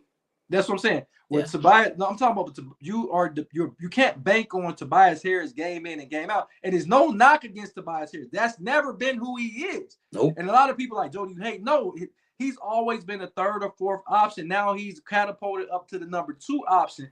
And everybody is depending on Tobias Harris to give you 20. You can't depend on a guy to give you 20 if that's not what he does for his career or in the regular season. And everybody's banking on him to get 20 and 25 points. You can't bank on that, so. No, you can't. And let me go on the record and say this. Cleveland's not a good team. And they're not good. They're not. I don't give a fuck if they win or not, because somebody has to fucking win. And I don't think Cleveland is that good, and I don't think Detroit is that good. No, they're not. If they're in the Western Conference, they're the 6 and 7 seed. I called it how I fucking called it. Get mad at whoever you want to get mad at. Send hate mail. I'm just calling it how I called it. The Detroit Pistons had the luxury of playing all their players every game. That's why they won 60 games. Cleveland had the luxury of playing in the Eastern Conference because they didn't win a whole bunch of games. They didn't win a whole bunch of games. But Donovan Mitchell was an arm man, so Donovan Mitchell played in a majority of the games. Jared Allen and Mobley played. It's gonna be interesting, man. I think the Knicks is by far the best team in the East this year. Detroit, I ain't gonna hold you. Detroit wins game 6 and game 7. Wow. Yeah. You think they find enough offense to? They're gonna do it. Remember they were in the same position in the last round against Orlando. They're in the same situation, man. They're down 3-2, and they had to win in Orlando. They got luck though, Jody. They got luck in that game 6. Remember Orlando fell apart. Did you forget that James Harden plays for the Cleveland Cavaliers? I'm with you, but James Harden ain't out there by himself. Like you said, I don't think Cleveland's very good either. think they have the upper hand now by winning that big game the other night. I just don't think Detroit is going to be able to score enough points. I just don't see it. You know, it was funny to me. I seen somebody because James Harden did have a good game. It's had a last couple games had a good game, and it's like people become prisoners of the moment. And somebody said that's what I'm talking about. James Harden, third best shooting guard in NBA history. I'm like, man, I can't respect that. I can't. You gonna say that James Harden better than Allen Iverson, Dwayne Wade, Ray Allen? No, I think James Harden is fantastic. James Harden is really, really, really good. He's a superstar. But I think it's disrespectful to put him over Allen Iverson or at least Dwayne Wade. So if they said he was the fifth best all time, of course, behind Michael, Kobe, Dwayne Wade, Allen Iverson, and then I can go with James Harden. What do you think, so? I agree with that. I mean, James Harden gets a bad rap. Everyone talks bad about the guy because they're saying he don't have a lot of good playoff games, but he has a lot. He's had 40 plus 30-point playoff games in his career, which is a big number. It just seems like he doesn't show up in those big game sevens, which has been his issue. But yeah, he's not a top 2 or 3 shooting guard in the NBA history, not even close for my eyes. And like I said, I don't want to disrespect because James Harden is really fucking good. Really good. Let me rephrase. He's fucking fantastic. Yeah. The regular season. Now, is he the best? Is he the third best regular season shooting guard? Absolutely. But you can't. It doesn't just stop in the regular season. You got to be able to play both postseason, regular season. And we know Dwayne Wade took his game to another level when it came to the playoffs. Ask the Dallas Mavericks. Oh, shit. Show's over. God damn, Nick. We were doing so well. You had to bring up. You had to aggravate my PTSD. You had to bring that up, didn't you? I did, but it's other two guards out there. If you really look at history, the Iceman, George Gervin, you know what I'm saying? He was fantastic. David Thompson, that's a player that gets no respect. David Thompson. David Thompson was a hell of a fucking ball player for the Denver Nuggets, and people forget him because he played in the 70s, early 80s. So people don't give him. This guy can touch the top of the fucking backboard. He was 6'3". You know, Joe, those players, it seems like from the 70s and the 80s, they looked a lot taller than what they were because their shorts were so little. Their legs looked really low. It was like they looked so much taller because they had them booty shorts on. Look like damn, how tall is that dude? Oh, he's only 6'3". He looks taller because of them little shorts they used to wear. I got a question before we get to these last two playoffs scenarios. Is James Harden better than Clyde Drexler? Ooh, I'm going. Oh, shit. I'm going to say no. He's not better than Clyde the Glide. I'm going to say no because Clyde actually played on both ends of the court, and we all know James Harden didn't play no fucking defense.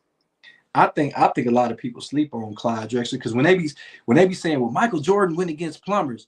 So is Clyde Drexler was a plumber? He wasn't nobody's fucking plumber. That's for damn sure. Listen, Clyde Drexler was a dog in college.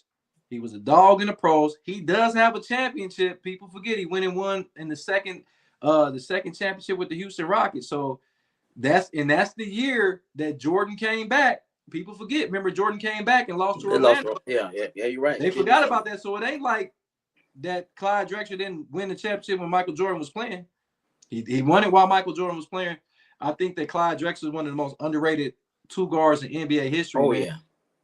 And I think it's because people want to discredit the 80s so much. And in the process, go look at some Clyde Drexler film, and that motherfucker was a goddamn dog. And he been a dog, though. It wasn't like he just became a dog and he got in the NBA. He was a dog in college with the 5 Summer Jammers down there with Houston. You know he had a shoe deal with, Jody? You know who Clyde had a shoe deal with? Was it Rules? Vias. Remember Vias? Vias. Hey, Jody, I had those, dog. I had some rules. Jody, they didn't match nothing I had, but I wore them some bitches all the time. I had some rules. I remember rules. Walter Payton was Walter Payton's shoe. And I told you I thought Walter Payton was my daddy. Hey, Kathy said no Clyde Drexler. He said Clyde is no joke. He battled with Bird. And it's like younger people just disrespect Clyde Drexler, talking about that everybody he's a plumber, and they disrespect Joe Dumars, you know, they disrespect David Thompson, and you know, the Iceman, George Gervin. I'm like, these motherfuckers. It's nonstop, Joe. It's nonstop. I saw a young guy. He's probably my son's age, might be maybe a year or so older. He was saying, "Ooh, no one back in the day was scared to play Tim Duncan." So, motherfucker, do you know how good Tim Duncan was? It's like I hear people say we couldn't play in today's era. Oh, this just pisses me off so much. That just makes me want to just skip to the next video. Just stop disrespecting these legends, man. Goodness gracious. And it's crazy because I seen it. There go my sister, my big sis in there, Mika Coleman. That's my big sis right there. Kathy said Clyde and Burr have some great games. This is the thing, so man, I seen that clip and I just didn't want to even give it any steam. Oh my goodness. The disrespect to Tim Duncan, like nobody was scared to check Tim Duncan. Why? Because he ain't flashy, he ain't taking the ball through his legs. Now we up here praising all these big men that can dribble through their legs, but go look how many turnovers these big men average per game. Your big man is not supposed to be turning the ball over 2 and 3 times a game. I'm just because everybody loves the Joker, but the Joker averaged a hell of a lot of turnovers because he has the ball almost every possession. So I get it. You're gonna have more turnovers. But my thing is to say that you're not scared to play Tim Duncan is I don't even know what to say, man. Like I seen it and I just really just flipped. I seen it on TikTok and I said, I'm not watching wow. this. They really, nigga, that's what we doing. Come on. The disrespect, like for real, who the fuck is scared to check Carl Anthony Towns? But Jody, you know, now if you don't shoot threes, that's why the game is better because the big men shoot threes. 28%. Come on, let's give me that stuff. Come on, man. That's not. If you open every fucking play because nobody's gonna come out to the 3-point line, you should be at it because it's fucking practice. Like you're not supposed to be shooting three. I remember when I was coaching and we used to draw up plays, right? You don't even need to have you don't need a race board to draw up a 3-point shot. You can get a 3-point shot anytime you fucking want to. It might not be a good shot, but you can get the shot. Yep. So I can't even. I heard that and I didn't even want to say it. Hey, more power to those young fellas over there doing their podcast. Yeah. It is what it is, but I don't even think they believe what they're saying. I think it's all about clickbait. I don't think they believe that. I really don't. Because you scared to play Tim Duncan, you scared to play Kevin Durant. Kevin Garnett, Dirk Nowitzki, Jermaine O'Neal, Rasheed Wallace. Yeah, you scared to play them. What you mean? You was scared to play Antonio Davis because he hit your ass in the head with a forearm. Antonio Davis was a dog, man. Hey, Kathy said Bob Cousy, Pistol Pete. They averaged 44 points in college, no 3-point line. Dr. J, Bernard King. The list goes on. Alex English, I always say how good Alex English is. I said that's what Kevin Garnett was. Kevin Durant is Alex English, and people jump down my throat. I'm like, bro, if you don't go look at what Alex English did, go look at his numbers without a 3-point line. Go look at what Alex English, that motherfucker could play, man. But I'm gonna go ahead and I'm gonna digress on that. But so speaking of the Western Conference, and we're speaking of the best matchup for the Spurs, would they rather see the Timberwolves or the Spurs in the next round for the Thunder? Don't get me wrong, the Thunder will want Minnesota to come back, force a game 7, go triple overtime, and Minnesota win, and Minnesota limp into the next series against them. They'd rather play Minnesota because they think they can beat them. The Spurs gave them problems all season long. They're not scared of the Spurs, but they do know they're going to have to play better than what they've been playing. They haven't really been challenged. They ain't sweeping the goddamn Spurs. That ain't happening. They might lose game 1, be honest with you, because they really have been challenged. They've been playing regular season basketball. Everyone else been in the playoffs, but the Oklahoma City ain't really been challenged, not to the most part none of the game. They don't even have all their best players out there. So yeah, they would much rather play Minnesota than the Spurs.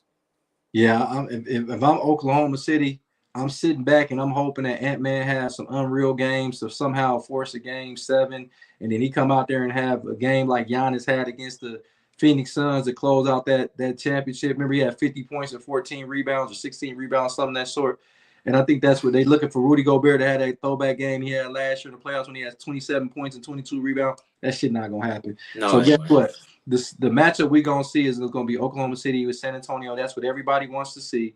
Now, that's what we deserve. I'm not disrespecting Minnesota by no stretch of the imagination because we've seen that they beat a Denver Nugget team in 6 games and beat them on their court for that 6th game. So I'm not disrespecting and saying this series is over because it's a lot of basketball to be played.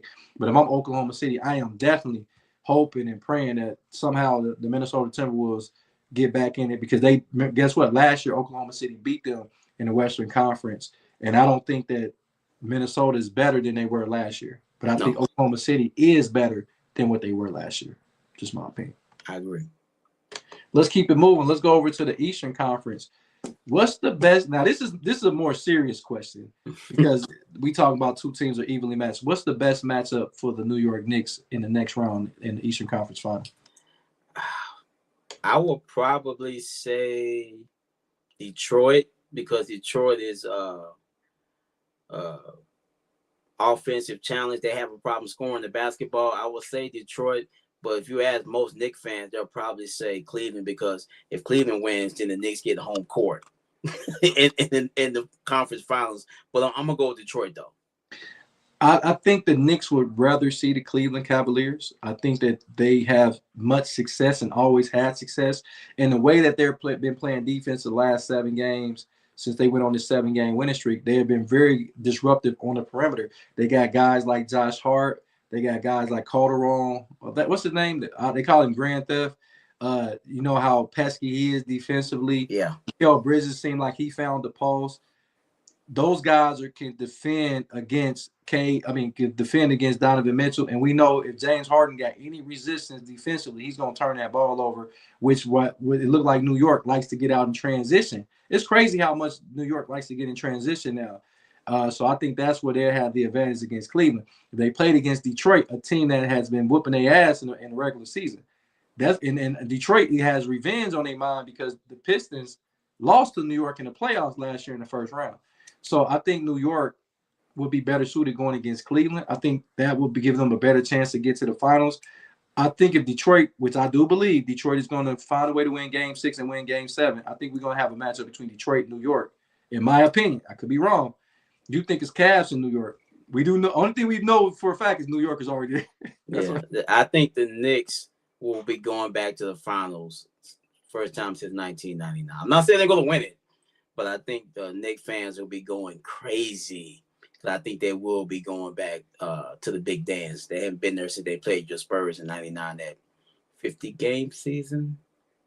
Strike shortened season. Are you hating? No, hating? Sir, I would never do such a thing. But that's the last time the Knicks been to the finals, and I think they're going back. I'd be shocked if they don't go back to the finals this year. But we thought they were going to go last year. We thought that they were superior. They had just came off of beating the Boston Celtics in 6, and then they were supposed to beat the Indiana Pacers. It was no way that they were to lose against the Pacers. And that's the scenario what we have right now. They probably are going to be favored against either one of these teams. I don't think the Knicks need to be favored in shit. Why? Because they don't play well when they're the favorite. Well, I mean, Vegas going to pick up to be the favorite because of where they're playing right now. They're playing out of this world.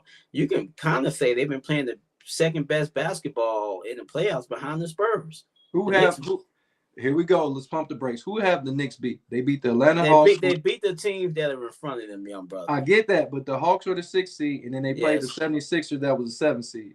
That's the two teams, and they're the 3rd seed. So I'm with you. They haven't played the best, but there's not too many great teams in the Eastern.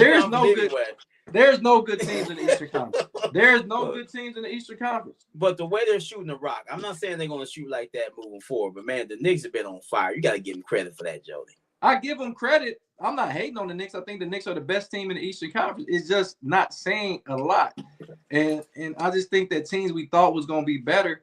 We thought the Boston Celtics was going to be better. And I don't know what the fuck they going to do because they going to definitely need to find a way to – I just don't see Jaylen Brown coming back to Boston. If it is, I'm not saying they can't do it because I was listening to Cameron on ESPN. He actually made a good point. He said, the last time we seen Jaylen Brown and Jason Tatum both completely healthy in the same season, they won a championship. Yeah. So they I guess you gotta run it back. But what Cam failed to mention is Drew Holiday was on that roster. Porzingis was on that roster. Al Horford was on that roster, and I think that's what he forgot to mention when he gave that analogy or that commentary, which was a great take by Cam. But Cam got to understand that it was not. See, that's what I go back to the Tom Brady situation. Remember I said Tom Brady goes to Tampa Bay and everybody go crazy, but Tom Brady brought a cast of players that suited his style. That's how they won a championship, and that's the same way that the Boston Celtics, they had a lot of complementary pieces, and Drew Holiday was the glue guy on that team for sure, which made Derrick Brown be able to play off the ball. You see what I'm saying? Which let Pritchard come off the bench and be the guy. He needs to play bench minutes against bench players. And then that gave a lot, and they had a power forward on their roster. That Boston Celtics is another team that don't have power forwards either. Yeah, they had Jason Tatum playing power forward.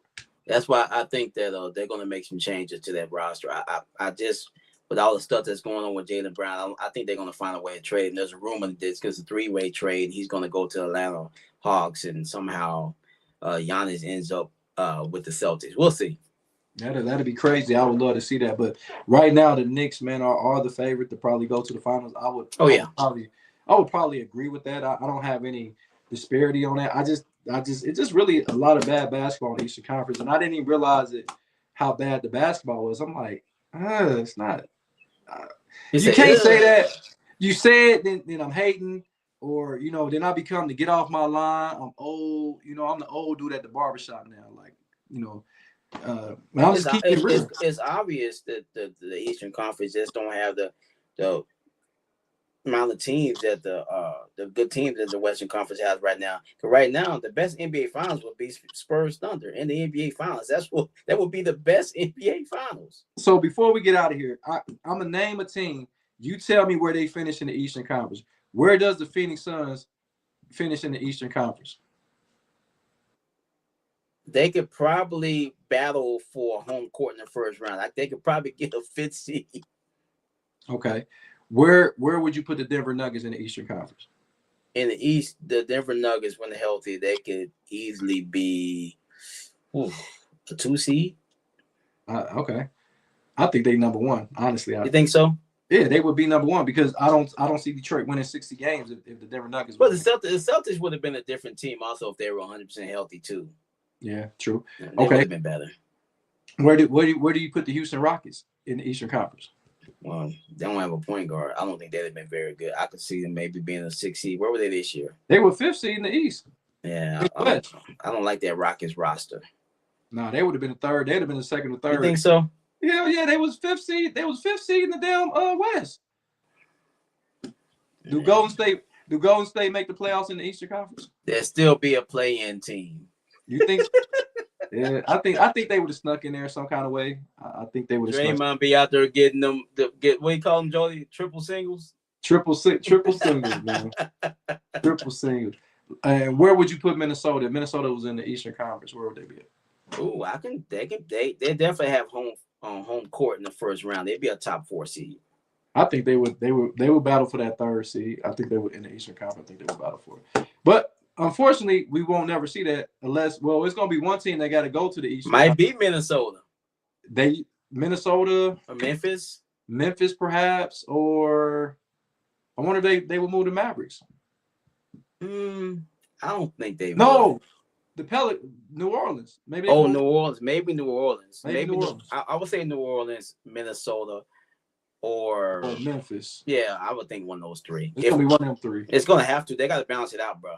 Why don't they do like football and put Phoenix in the Eastern? The NFC East. What the hell they doing in the NFC East? Hey, remember back in the day when Arizona was in the NFC East? Yeah, it was Arizona.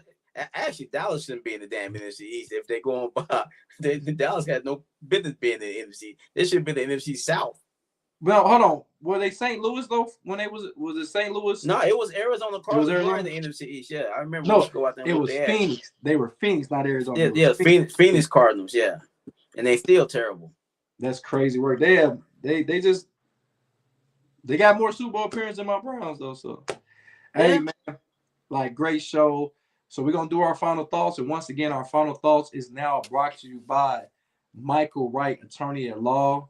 If you have any accident, whether it be car, medical, wrongful death, call Mike 937-222-7477. And don't matter where you calling from in the United States, you can call Michael Wright and he can take care of you. So I want to make sure that's our sponsor, and I want to make sure everybody know that we need. It's going to be more sponsors to come, but right now, he was the first one because he knows and believes in what Against the Grain Sports can do. The numbers speak for themselves. Much love. Soul on sports, man. Give me a final thoughts we got here. Final thought, man. Based MLB, they always disrespect their legends. Only baseball would throw their legends under the bus after they carried these organizations with rankings stuff like that. A-Rod, he's always got accused of steroids. You know, in baseball, you get accused of steroids, all of a sudden your team, they forget about the greatness you added to the team. So now A-Rod is pivoted from being on steroids allegedly to being a part owner of an NBA basketball team. So I think whatever he did, steroids or whatever, was worth it. Cause look what my man's doing right now. Now he's battling in the Spurs with the playoffs every year. It's like since he's been there, they've been competing for a championship. So I'm proud of Alex Rodriguez. Hey, good stuff. I'm glad they got rid of Taylor because he was not a great owner. No, he wasn't. We talk about other owners, but we forget to fail to mention that Taylor was a piece of shit. Yeah. But that's just my opinion. My final thought is, it's funny they got the NBA like combine, and AJ DeBancer was out there bullshitting around because he don't want to get drafted by the Washington Wizards. Like this is comedy, and we know for a fact he's not going to be a Wizard. They're going to make sure he's a Jazz. He he played for BYU. I believe he played high school basketball in Utah. They're going to make sure he is a Utah Jazz. That's been the plan since he was the #1 player in America. We knew where he was going to end up. But it's funny he's out there like kind of fucking up on purpose just so he won't have to play for the Wizards. How bad of an organization it is where you can do some shit like that. And it's crazy because I'm a person that, had dreams and aspirations to be an NBA or NFL player. And there's a lot of people that grew up, maybe yourself, so, and other people out there that's listening that wanted to be an NBA, MLB player, NFL player that didn't get the opportunity. And sometimes I feel like it's a smack in the face when these guys go out there and do stuff like this, understanding that being drafted to an organization is still a privilege, man. It's not a right. And I think sometimes, this is my opinion. I mean, do what you do, man. You got the talent to do it, but it's like it's a lot of kids out here or adults that wanted to be in your position and would have killed to be in your position. And now it's like you got a choice to go out there and bullshit around, knowing that somebody's still gonna draft you is crazy work, man. So I think it's funny, but I also look at it as a little disappointing that you should want to go to whatever team it is and try to make that team better. That's why you the #1 pick, is to make a team better, because normally the team you go to is not that good. So, but Jody, you've spoken of kids, that you dealt with in the past that they've been told their whole life that their shit don't stink, and because they're good at basketball, so they've always gotten their way. So it was written all over his face when they had the lottery that day that he wants nothing to do with the Wizards. Instead of just being happy being in the NBA, I got to keep getting my way. I don't want to go to Washington, so I'm going to show it all to the national media, and I'm going to bullshit my way to this combine because I don't want to be there. I agree with you 100%. I like that final take. It's a bunch of bullshit. It is. My big sis said, great show, guys. Have a good night. You have a good night as well. My sister in the building. We started, like I said, we got a lot of momentum on Against the Grain Yes, Sport. Sir. Our last show had over 333,000 views on our last show. So let's keep up the good work and tell a friend and tell another friend and tell another friend, because Against the Grain Sports will be a household commodity very, very soon, if it's not already, for a lot of you guys out there and girls out there. Once again, I'm your host, Jody Coleman of Against the Grain Sports Podcast, Uncut. We're joined by my man, Jarrell, Solo Sports Glenn, all the way from San Antonio, Texas. And another big shout out to our first sponsor, Michael Wright, attorney at law. Call Mike, man. That's the slogan here. Call Mike. And I know a lot of people out there like, well, what if I'm in Utah? You can call from Utah. If you need an attorney, he'll make sure that he covers you. He's covered a lot of big cases across the world, across the United States. And we had a lot of big cases in Dayton alone, but he'd travel anywhere. I ain't saying he like Al Sharpton or nothing like that. Michael Wright, very good guy, man. Very good guy. He'll take care of you, man. Not only he's a man of the community, but this guy's a hell of an attorney as well, man. So big shout out to our first sponsor. I got Ashley in the building. Light Bright, appreciate you. Light Bright, appreciate you. You brighten up the show every time that you come and give a comment and bless us with your radiance. Kathy said, I'm trying to get people over. Hey, it's cool. They'll come over there as long as you're here. We appreciate you, Kathy, man, because you're always entertaining, great commentary. Oh, yeah. And we tell everybody out there, you speak to us, we speak back. We won't be back until Saturday morning at 11 a.m. So set your schedule around Against the Grain Sports. So what we doing until Saturday, man? We working, baby. See y'all later. Peace.